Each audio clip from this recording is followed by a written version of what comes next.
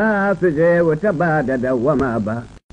Za a zo da waɗansu mata wanda ke ma mazansu cuta, kowace gashi na kanta shi akan kamo a jata a kaɗo su gangara maɗan ba.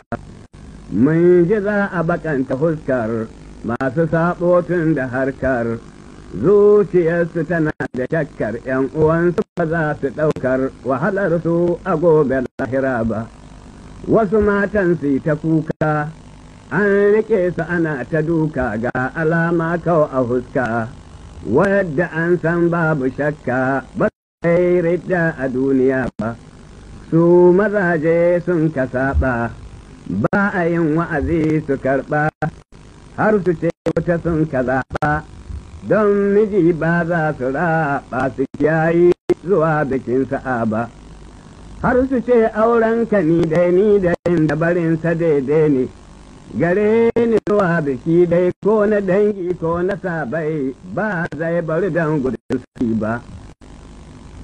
Wasu kawulgude da shewa za ta kai su iske yunwa, da sansu akan shakawa su ɓace domin ɗagawa ba su sami rabo a lafiya ba.